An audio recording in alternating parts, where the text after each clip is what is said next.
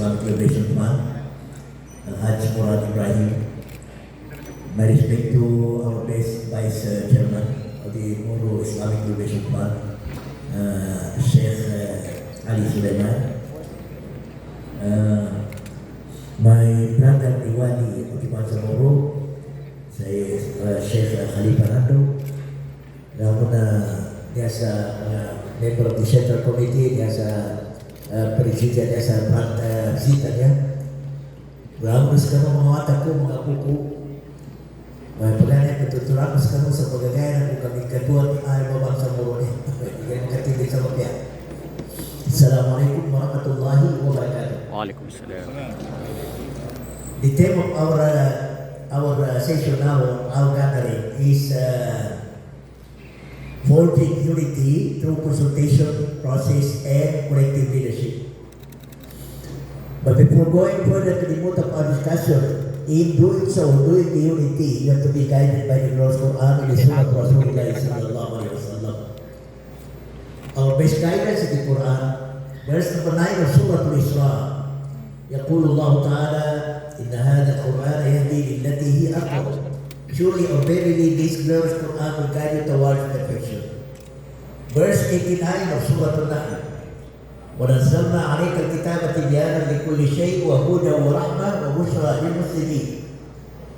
O Muhammad, we have given you this book. We have revealed to you this book that is the glorious Quran, explaining everything. And it is an excellent guidance for men. And it is a blessing from Allah. And of course, good tidings for the Muslims. Now let us come to the root of our discussion now, that is unity. I will just make some message of what has been recited by our Mukri just now. Verse number 103 of Surah Al-Imran.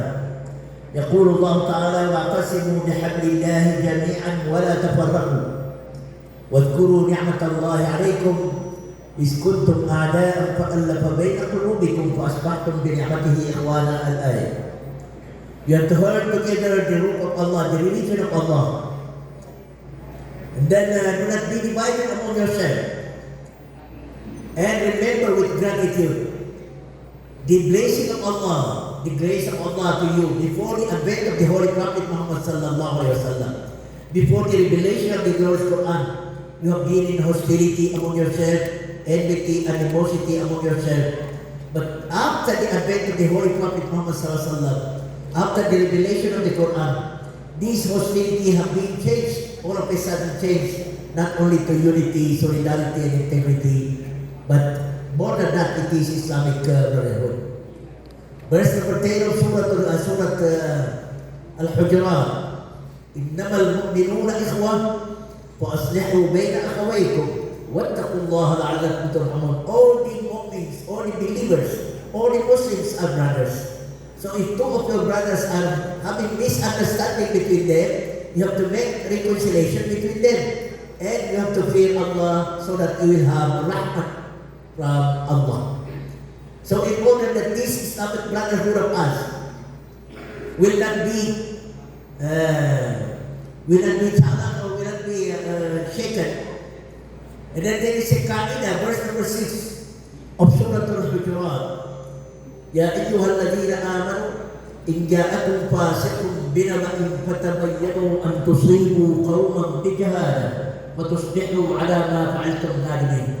O you who believe, if the sinner will convey some news to you or tell some news to you, do not react immediately before the verification of the veracity of the news, the truth about the news. Otherwise, if you have reacted immediately without verifying the truth about the news, you might harm your brother in Islam and fatusbihu ma'ala ma fa'altum nadimin. You will regret afterward.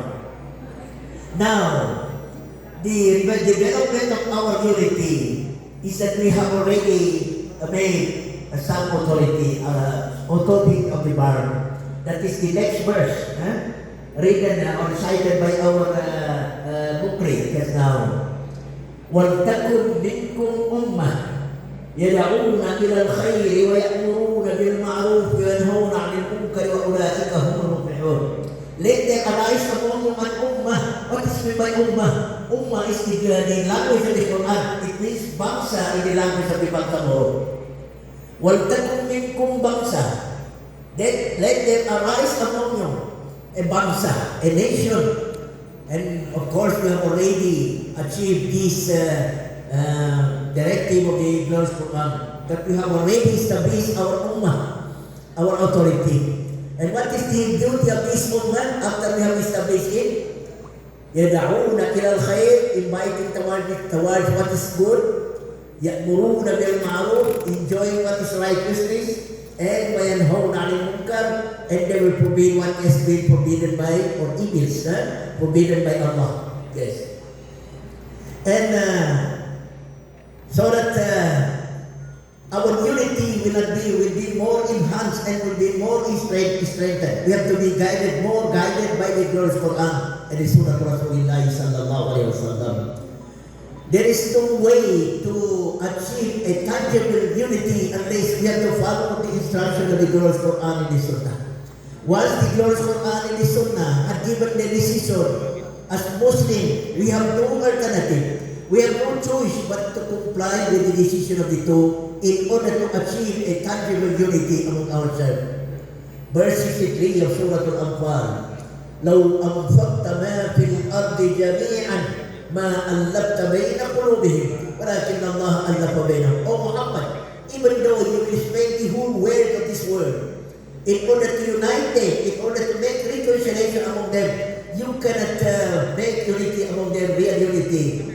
But it was Allah who made their unity or made reconciliation among them. It means to say that by following, by complying with the commandment of the religion of Allah, and then we can achieve a tangible unity among us. There are so many verses from the Quran warning us against the consequence of this unity. Verse 46 of Surah Al-Anfal. وَلَا تَنَازَعُوا فَتَفْشَلُوا وَتَذْهَبَ رِيحُكُمْ. Do not dispute among yourselves, lest you will fail and you will lose your strength. So in order to be more united, we have to be guided by the Quran. And my last point here is now that we have established our authority. You know, we have been reminded by the experience of the Holy Prophet Muhammad sallallahu alaihi wasallam. 13 years propagating Islam in Makkah al-Mukarramah without authority. There was no tangible result. But he had been commanded by God, inspired by God, to go for hijrah to Madinah al-Munawwarah and establish his authority. Establish the first Islamic community of Madinah al-Munawwarah, that is the authority of Islam. Verse number 80 of Surah Al-Isra. يقول الله تعالى قل رب أدخلني مدخل صدق وأخرجني مخرج صدق واجعل لي من لدنك سلطانا نصيرا. Say, O Muhammad, O my Lord, make my entry by the gate of truth and my exit by the gate of truth. واجعل لي من لدنك سلطانا نصيرا, and provide for me from you Sultan al-Nasira, authority, that is the Islamic state or community of Madinah al-Munawwarah. That is authority. Now we have our authority now. We have the Bangsamoro Autonomous Region in Muslim Mindanao. And this is now our authority. But what had been experienced by the Holy Prophet Muhammad sallallahu alaihi wasallam, upon his arrival to Medina, there was the leader of the Munafiqeen, Abdullah ibn Abi Salul, was trying to confront the Holy Prophet Muhammad sallallahu alaihi wasallam. He said that the Muhammad came to Medina in order to replace us in our leadership. Na kung matigil Muhammad siya sa Medina, kung pagagawan tayo sa leadership, pagagawan tayo sa kamat. Niyabit hindi ko mga munafik sa Medina ito Munawwarah. Taman sa gusto minigagig gagala sa Muhammad sallallahu alaihi wasallam. When Muhammad sallallahu alaihi wasallam had faced these challenges from the Munafiqeen, so he made ukhuwah, mu'akhat bain al-muhajirin wal ansar. He made the bain al-muhajirin and the ansar brothers, a real brotherhood. And what did the Ra'is al-Munafiqeen done?